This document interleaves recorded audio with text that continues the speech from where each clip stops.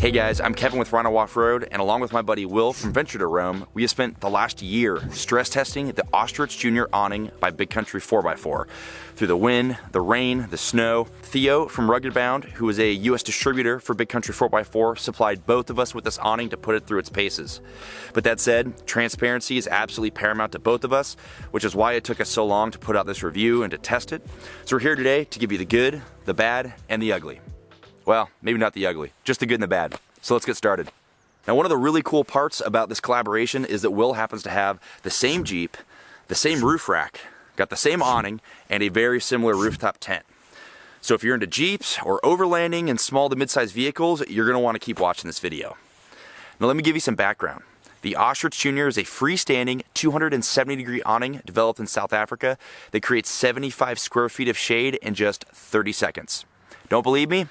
Watch this.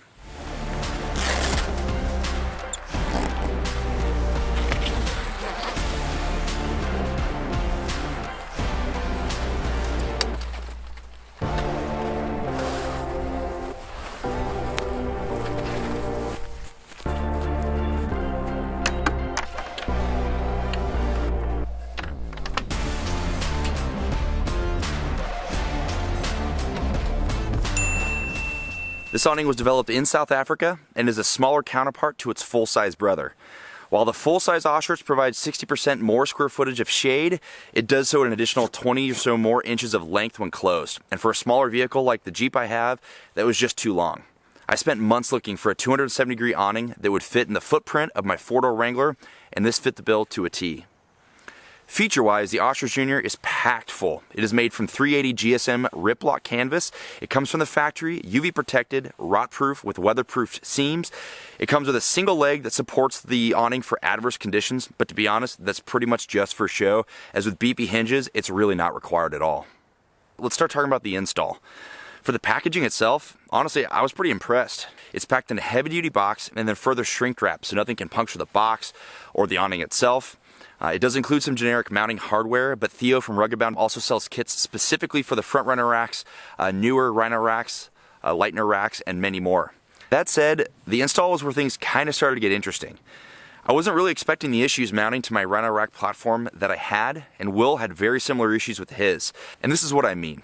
What's great about this awning is its ability to be totally cantilever and freestanding. But because of that, it has a really beefy set of hinges that mount directly to the back corner of your roof rack. If your roof rack isn't quite built to handle a mounting point like that, like Will and I's old Rhino rack platform is, you might need to get creative. So here's what I did. Through a bunch of Googling, I found a company that makes brackets specifically for Rhino rack for this purpose. These brackets require drilling through the front and back of my rack, which gave me the mounting points I needed for the awning.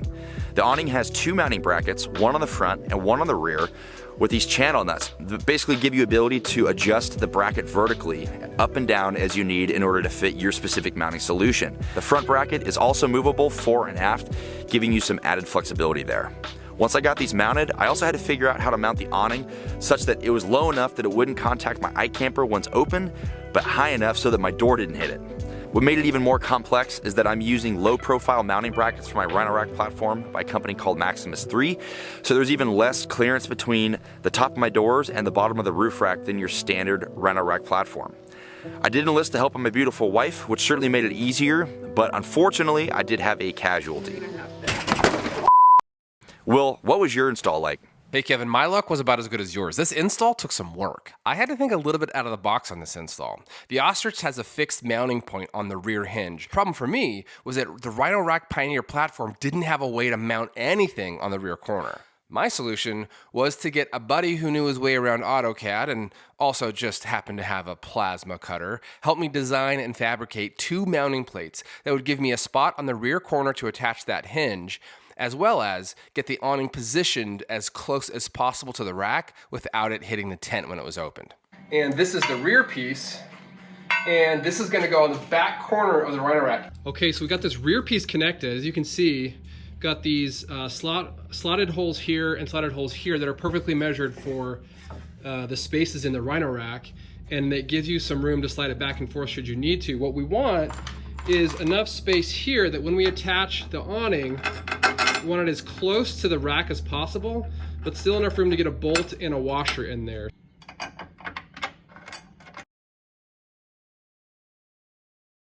Okay, here's just an angle so you can see what we did. We've got the rear piece and that forward piece on the rack, and we've got the brackets just loose fitted on here just to see how far out this needs to be in order to allow for the tent to open up. Okay, so here it is, just in the driveway. I have finally been able to mount my Big Country 4x4 Ostrich Junior 270-degree awning.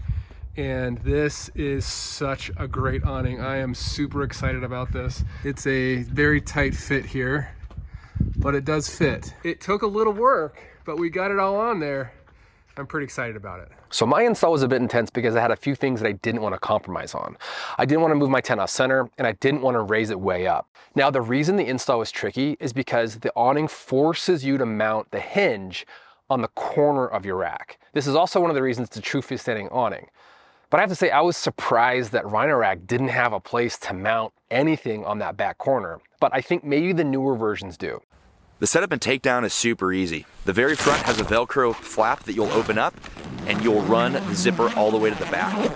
There is a single buckle that you'll release, which allows the material to fall free. At this point, you'll grab the outer arm, and you're gonna walk the arm most of the way towards the back, and then pitch up the pitch bar so that it gives an incline to the canvas and allows precipitation to fall off. Once the pitch bar is installed, you'll just continue wrapping the awning all the way around and then secure it to the side of the Jeep. Now, Theo actually includes a clip that can mount to your roof rack, which will act as a brace to hold the awning at its 270-degree angle. Based on my Rhino rack, the install really didn't make sense, and instead I've been using the Maximus 3 ladder that I have and wrapping the strap or the buckle around that. The takedown, again, is very similar. You're going to release the awning from however you secured it to the hook. You're going to walk it back towards the driver's side or the front side of the awning. You're going to lower the pitch bar and then push the awning all the way up against the bag. You're going to roll the awning up, clip the belt, and then zip the bag from back to front and reinsert the Velcro. I've used this awning through every possible weather condition that the Sierra Nevada can throw at me. Its strength allows water and precipitation to drain easily down the fabric so that water can't pool and put tension on the support arms or the canvas material. And even if some water does accumulate, the canvas is strong enough that it can handle it. I found the ripstop bag to be one of my favorite parts of this entire awning. It sounds weird to say, but it's perfectly sized so that it's very easy to fold the awning back into it and take down without having to worry about catching the canvas material in the zipper. There is a buckle that will clip around the fabric to hold it up. That way you can focus on closing the zipper and not having to simultaneously hold the material out of the way. Plus, it's big enough to hold the additional lights I've added, but small enough to keep away from trees, etc. on the trail. Now, as I said, Will and I have both used this for an entire year to put it through its paces. And to be honest, it is so fast to set up that almost regardless of the weather conditions, I always set it up at camp. I rigged a set of Revel Gear camping lights to the awning as well, and this becomes my primary source of light while hanging out at night around the camp. Will, you've been using this in the grueling backcountry of the Idaho wilderness, so what are your thoughts?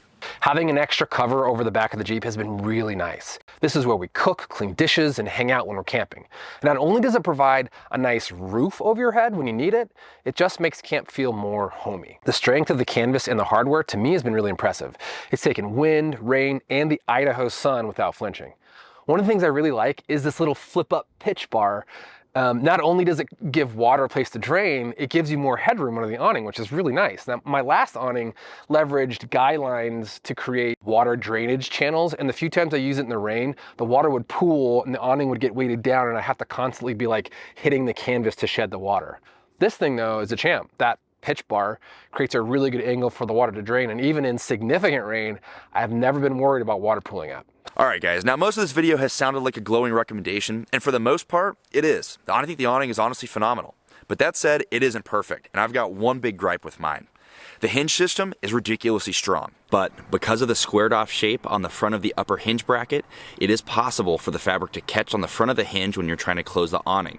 And unfortunately in my case, it actually caused a bit of the canvas to pull away from the stitching around this area.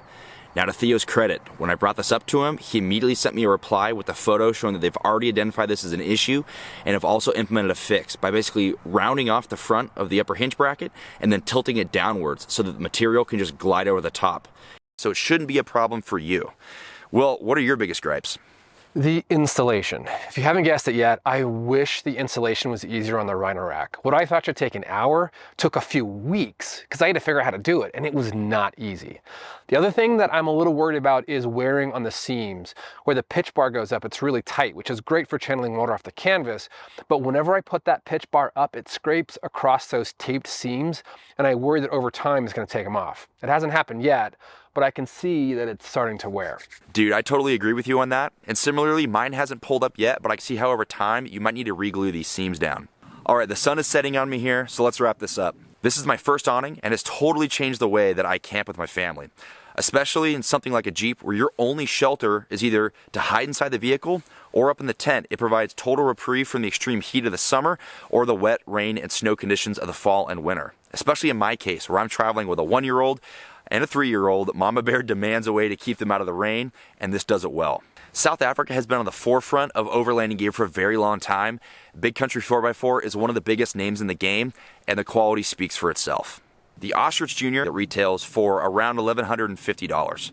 Its bigger brother, the full-size Ostrich, sells for $400-ish more, about $1,530. So the Ostrich Jr. is certainly a cheaper option.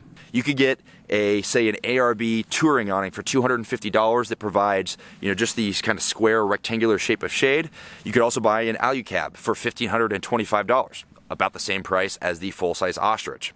Are there cheaper options? 100%, but there's no free lunch, right? When you lower the price, you also lower the quality, and with awnings, you definitely get what you pay for. As for me, this awning is staying. It has totally changed the way that I explore with my family. The Ostrich Jr. here was exactly what I was looking for in an awning. It's the perfect balance between coverage area and overall length on my vehicle. I specifically bought the Jeep Wrangler because I liked how compact it was. When I was looking for an awning, I wanted something that fit within the overall dimensions of my roof rack. There are not a lot of companies that offer a miniature-sized 270-degree awning, so that's why this is perfect. You get 60% of the capability of the full-size awning with 20 inches less of overall length to worry about. Sweet, and right as I'm towards the end of my video, the sun is finally set, so I can take my glasses off. Guys, I will leave a description to the awning itself, as well as the mounting brackets that I used in the description box below. Huge shout out to Will for working with me on this collaboration. His videos are the absolute best. It's an honor to be a part of it, and this has been like a year in the making, so it's awesome. If you guys don't already subscribe to Venture to Roam, do so right now. I'm gonna put up a little pop-up there, or over here. I don't know which side it's gonna go on. Somewhere up here. Click it, subscribe to his channel, though honestly, I'm sure most of you already do. Thank you guys for watching. As always, please leave any comments or questions or feedback you have in the little box below there. Otherwise, I'm Kevin with Rhino Off-Road, and we will see you on the next one. See ya.